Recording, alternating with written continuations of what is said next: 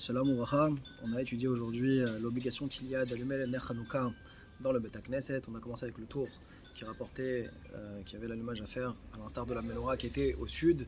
Le Ner Hanouka aussi sera allumé au Bet Knesset au sud. Sur ça, le Bet Yosef il rapporte deux raisons pourquoi on allume au Bet Knesset. Première raison est de dire que c'est à l'instar du Kiddush que pour les Anim, les gens qui n'avaient pas de maison, on va aussi leur permettre de réaliser la mitzvah de Ner Hanouka au Bet Knesset. Et un deuxième ta'am, Mishum Pirsum Anes, Pirsum Nissa, qui justifierait l'allumage au Bet Knesset.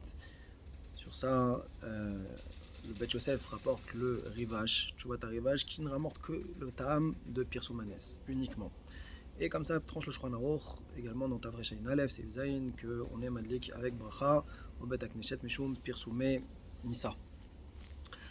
Le Shulchan Aruch, dans Siman Rej Samertet, rapporte également ce minag par rapport au din du Kiddush qui était fait dans les Bet Knesset. Il dit que Yoter Tov, les Hanik, Shelo, les Kadesh Bet Knesset, on ne fera plus à notre époque de Kiddush dans un Bet Knesset, tout simplement parce que la raison ne s'applique plus. Il n'y a plus aujourd'hui la notion que des Hanim, des pauvres viennent et mangent et dorment au Bet Knesset.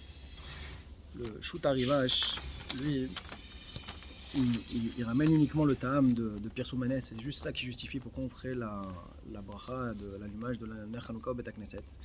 En disant que c'est par rapport au fait qu'aujourd'hui, on n'est plus en mesure de faire la mitzvah de l'allumage de Ner Hanouka comme il se doit, puisque normalement la mitzvah c'est de le mettre dans sa maison, al petar beto mi bachutz, à la porte de la maison, côté extérieur. Aujourd'hui on n'a plus cette possibilité là, puisque la main des goyim est forte et on nous oblige à allumer à l'intérieur de la maison. Donc en fin de compte, pour faire la compensation de ce Pirsum Anes qui n'a pas pu être fait et réalisé correctement, alors on allume aussi à l'intérieur du Bet Knesset.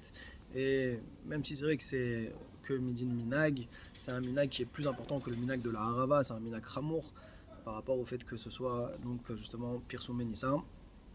Et il conclut dans l'Alcha que bien entendu on n'est pas acquitté de l'allumage fait au Bet Knesset. Ça ne nous dispense pas d'allumer à la maison.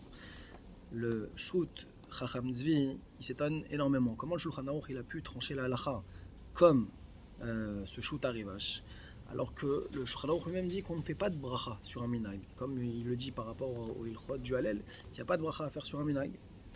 Et donc ça c'est la grande question, et en plus de ça c'est que ce minag-là n'est même pas rapporté dans le Talmud, il reste en Tzarech Chiyuv sur les paroles du Shulchan Aruch. Sur ça le Morotsia vient et répond et donne un chidouche que finalement dans Ner Hanouka la bracha elle est partie intrinsèque de la mitzvah. Et on n'aurait pas pu les dissocier ensemble. Pourquoi ? Parce que le fait que tu fasses une bracha sur l'allumage, ça montre que c'est une bracha, c'est un allumage de mitzvah et non pas un allumage personnel. Donc c'est comme ça que le Morxia solutionne les paroles la Kedusha du Chacham Tzvi.